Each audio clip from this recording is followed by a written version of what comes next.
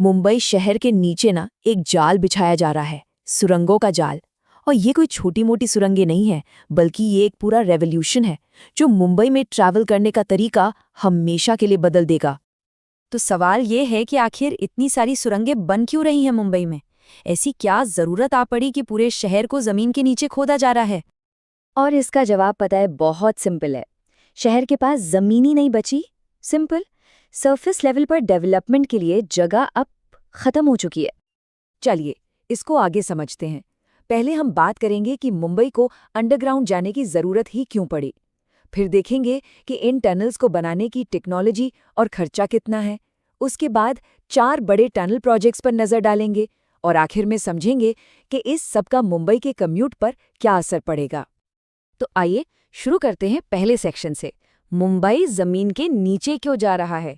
ये कहानी है एक ऐसे शहर की जो अपनी हदों तक पहुंच चुका है। तो मुंबई पर इतना प्रेशर है क्यों कि नीचे खोदना पड़ रहा है? देखिए, इसके कई कारण हैं।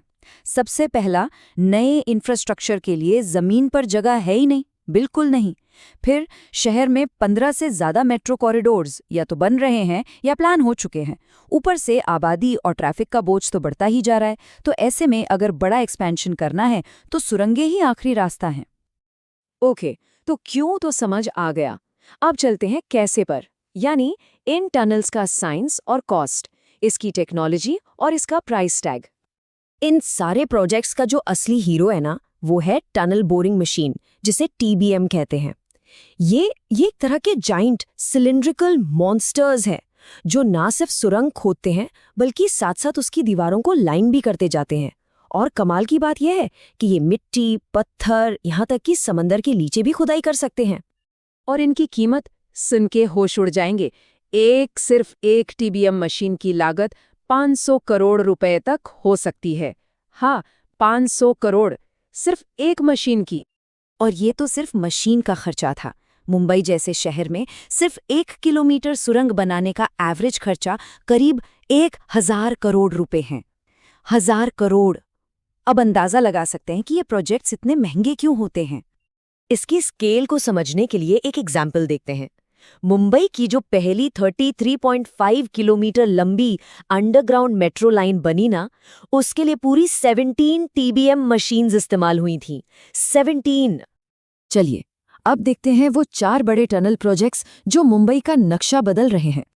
सबसे पहला प्रोजेक्ट है Mumbai Ahmedabad bullet train tunnel.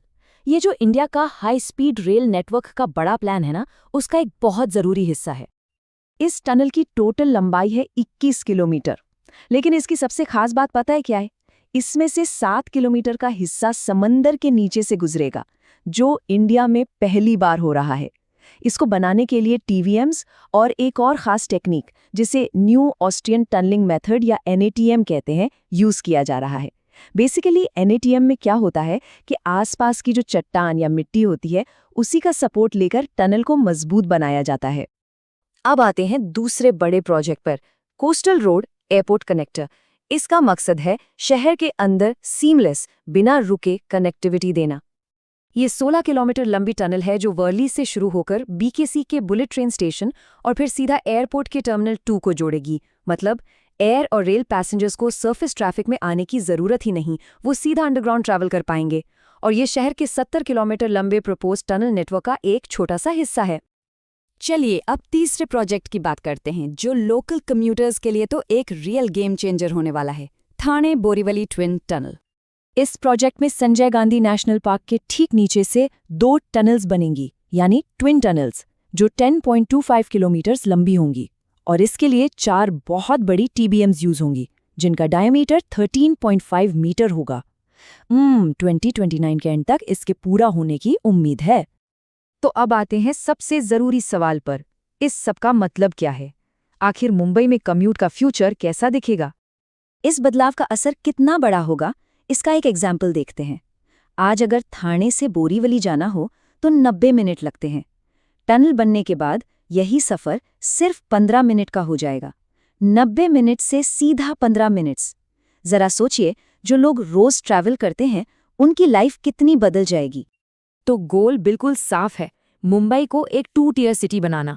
एक ऐसी सिटी जहां ऊपर जमीन पर ट्रैफिक चलता रहे और नीचे जमीन के अंदर हजारों लोग तेजी से बिना रुके सफर करते रहें। लेकिन ये सब एक बहुत बड़ा सवाल भी खड़ा करता है। आने वाले टाइम में क्या ये टनल्स मुंबई के लिए सिर्फ फायदेमंद साबित होंगी या फिर ये अपने साथ कुछ नई चैलेंजेस भी लाएंगी, ऐसी चुनौतियां जिनके बारे में हमने अभी सोचा भी नहीं? इसका जवाब तो खैर वक्त ही देगा।